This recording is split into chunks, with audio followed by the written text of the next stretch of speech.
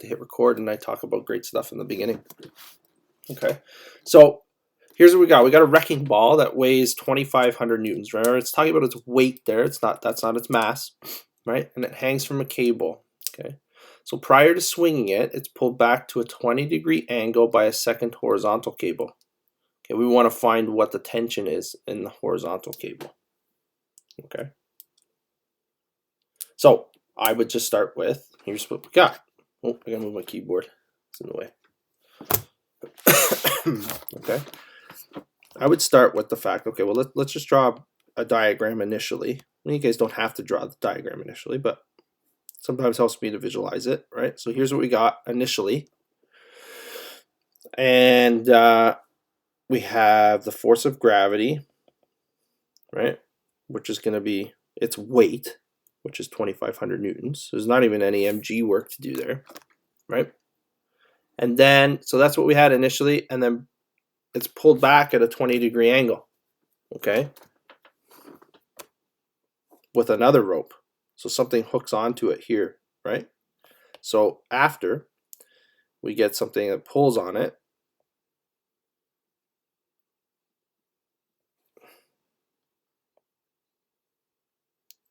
And it's now pulled from the top at a 20-degree angle.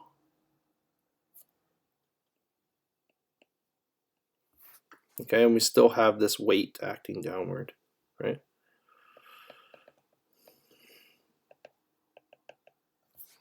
Okay, so we're going to have a tension. And we'll call it, I don't know, T2 and T1.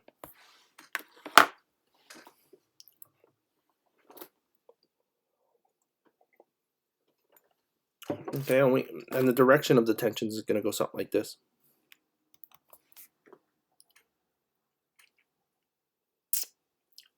Okay, does anybody have any problems so far? So, now you're going to set up your physics statement, right?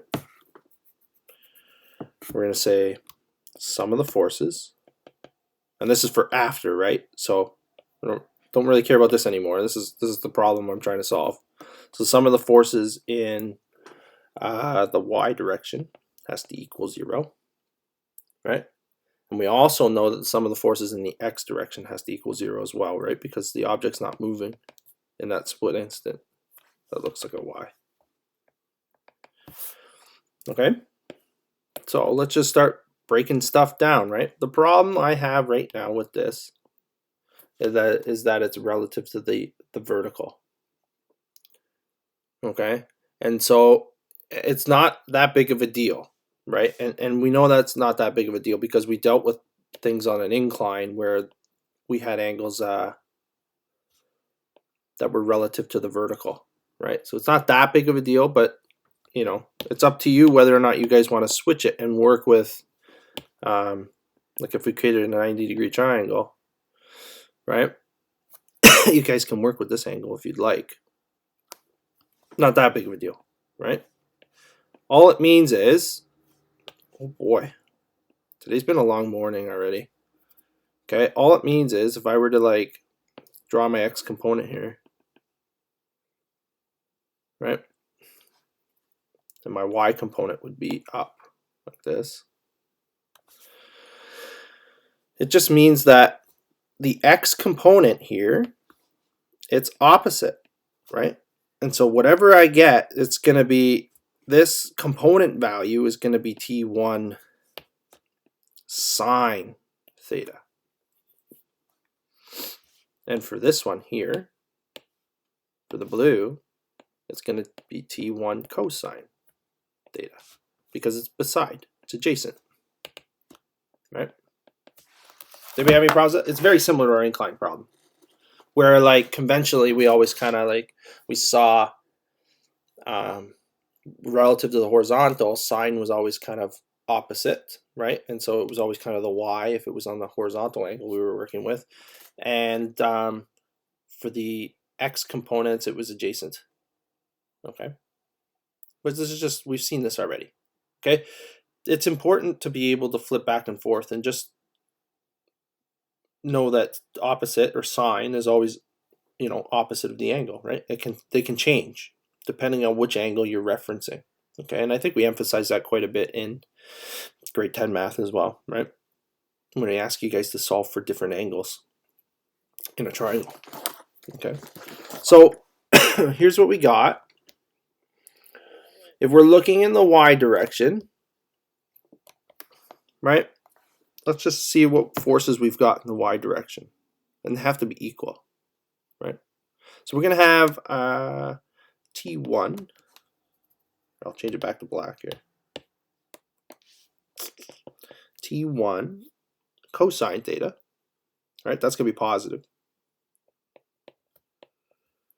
And then minus the force of gravity, right? Those are the only two forces that I'm really seeing there. Does everybody kind of agree? And that has to equal 0.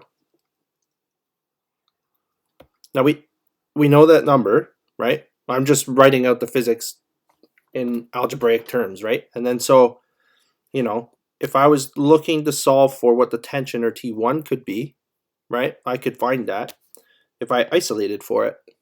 So what could you do? Well, you could say, let's just start moving things over. Well, I can create a 0 pair, or we're just going to physically move it, right? So we're going to get T1 cosine of theta is equal to Fg, right? And then if I were to if I was looking for T1, right, then I could go T1 would be equal to Fg divided by the cosine of theta.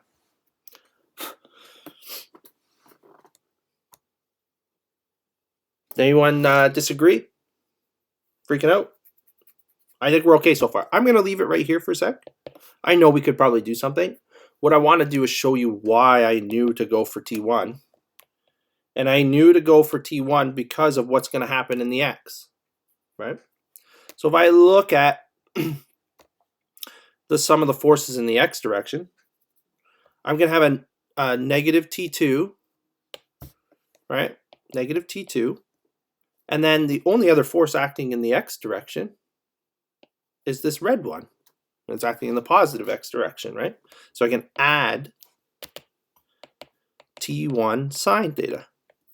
And that's equal to 0. Well, same thing here, right? I could, I'm just going to get rid of the negative sign because it kind of throws a wrench in things sometimes. So I just like dealing with positive numbers. So I'm just going to get that and I'm going to move it to the other side, right? So T1 sine theta is going to equal T2. All right, well, it looks like if I was able to know what T1 was, then I'd be able to find what T2 is. And that's what I'm actually after, is the horizontal tension, right? So that's how I knew to use the sum of the forces in the y direction to find T1. Once I know what T1 is numerically, I can just plug it in there and I'll find T2. Okay, so this is as I was thinking about this question yesterday, it kind of has a bit of a relationship to what we did with kinematics and the sharing of, or passing, we'll call it the passing of information between motion in the x direction and the y direction. And the piece of information that we were able to pass between those was time. Okay, the nice thing about components is we start to see pieces of the component. When we break a vector into components, we see pieces of that initial vector appear in both x and y, right? So this is a medium in which for us to find two separate equations in order to solve for two unknowns if we needed that. But it also provides us a means by which to pivot between things that I need to know, right? So if I were to let's say I didn't start with the sum of the forces in the y, I started here, and you guys realized I have a problem, and you would have a problem, you wouldn't know two things, which is fine because we have math mechanisms that we are able to solve for two things at any given time, right? So now you're like, okay, well, I know I have two unknowns. I'm going to need two equations. That's where the sum of the forces in the y comes in, right? So if I look at the, like, it doesn't matter if the thing's moving or if it's in equilibrium. If you guys look at both x and y, right, you can figure out, you can switch between them and create two equations that you're able to use. That's what we did yesterday. And then we solved them with elimination. That's grade 10 material. Substitution, elimination. Right? So, if you were to plug in the numbers that you know now, right? So we know that T1 is going to be equal to the 2,500 newtons for Fg. And we're going to divide that by the cosine of the angle. Right? So cosine of 20. Now, if I learned anything from yesterday, I'm going to actually do this and not trust my grade 12 self. So let's go cosine of 20, and that's equal to 0.93, right? And if I do 2,500 divided by that answer, I should see that T1 will be equal to 26. 60. Right?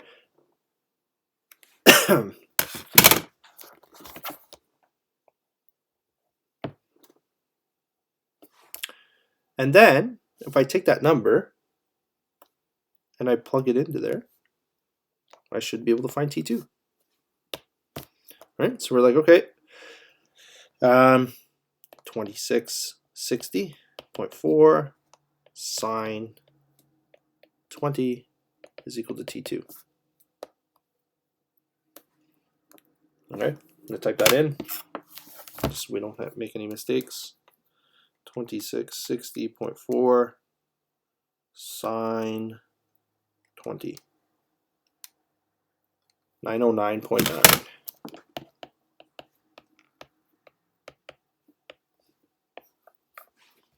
Okay. Is everybody okay?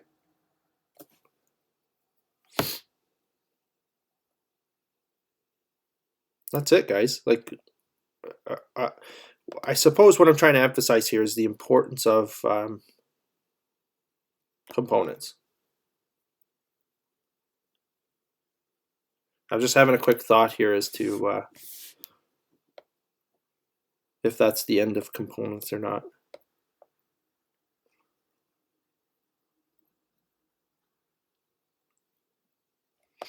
Okay, so you guys can apply this exact same style of question, right? You're gonna have, here's like a pivot point, right?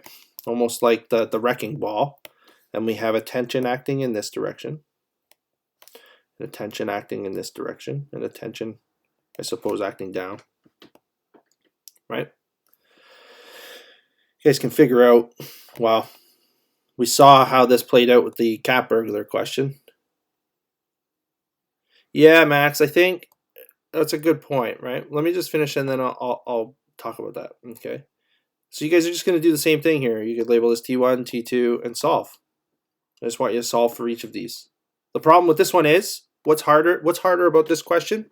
This question's harder from the standpoint that one of your tensions is not acting directly in the horizontal